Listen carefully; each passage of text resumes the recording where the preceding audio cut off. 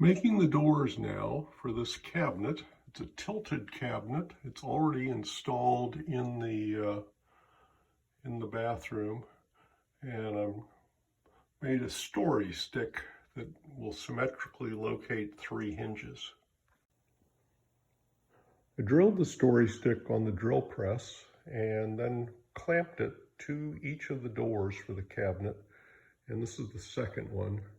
And I had a lot of trouble drilling down and knowing how deep I was, so I decided to take this down now and set up back on the drill press where I'm confident of my depths. But I'll be able to use the holes I started. Most of them are about 1/8 of an inch down, but they'll do a good line up with the drill bit.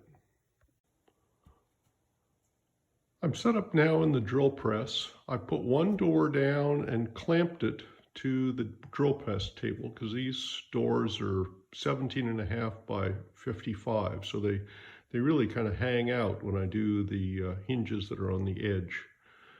And I've got my depth here locked in place. And there's the first hole in, and it seems like a good fit. And now I've only got 5 more to go. Well, that's all 6 holes with the Forstner bit. It has a polished side and shank, and you can see that it's got a center that holds it in place, and this one now is fairly short. When I first pulled it out of the box, it was the same as this one, which sticks down about 1/4 of an inch. And that was too far. It stuck out through the plywood, which, and so, no, wrong thing to reach for. There it is. I chucked this up in the drill press and ground that square surface down. It's one of those little itsy bitsy, grind a little, turn it. And, but I think it's got a good center now and it's much shorter. I've got the story stick set up now to locate screws in next to the holes, and that'll hold everything in place and at the right angle when I hold it up and mark the part in the cabinet. I'm going to drill the holes with this. It's a self-centering bit. You can see the end down there. The self-centering bit really does a beautiful job of getting it in, so you don't have to worry about the hinge getting tweaked one way or the other. So I'll finish screwing these in and then putting the clip end on the far side. The clip part, and that goes in like that. And now I can use the story stick and hold this up to the cabinet and mark these holes. Okay, here's the story stick. It's up against where it's going to go. I've drilled at least the top hole there in that hinge, and both of them up at the top. And I'm using, behind the blue tape, are some washers. There's 3 of them against the ceiling, which gives me about a 1/10 of an inch clearance around the ceiling. And there's 1 behind these pieces of blue tape on the shelf. That'll give me about 1 millimeter.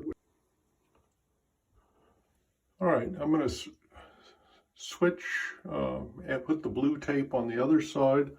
They look like this with the washer and then the tape.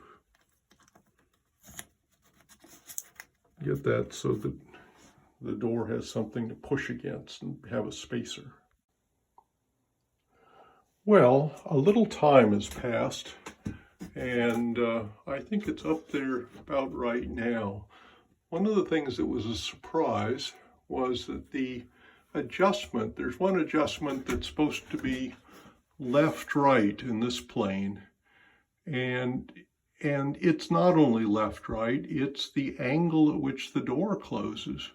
And since these have to go back past flush, I mean, they have to go back to about 80 degrees. Suddenly what was the left-right adjustment just no longer worked. And so I had to move that all the way to one extreme and add extra spacers and then drill it in this orientation here. I'm going to transfer the hinges over from the story stick to the actual door, and I've got my straight edge down and about ready to drill it with the centering drill. One thing to keep in mind is at this point the hinges are no longer standard. They've been adjusted in various directions. So after I get done checking this one more time and adjusting the width of the whole door if necessary, I'm going to tag them all so that they go back into the pocket that they were adjusted for. And as I say, they're no longer a standard issue thing unless I want to readjust everything. There are the doors, all up and sized. As you can see, they fill up the space, and got the narrower side on the right up fairly close to the window, and on the left we've got a light fixture that comes in. I've got that laid out for the handles. This is this frame that's mounted left and right, and then the shelves hung on it, and the frame's held in with pocket hole screws back into a 2x4 in the wall. And it's been very helpful having the adjustable hinges and the clip feature, because being able to just unclip it, and it's not always easy because there's 3 of them. It'd be a lot easier with 2. But anyway, I think it's going to be just fine.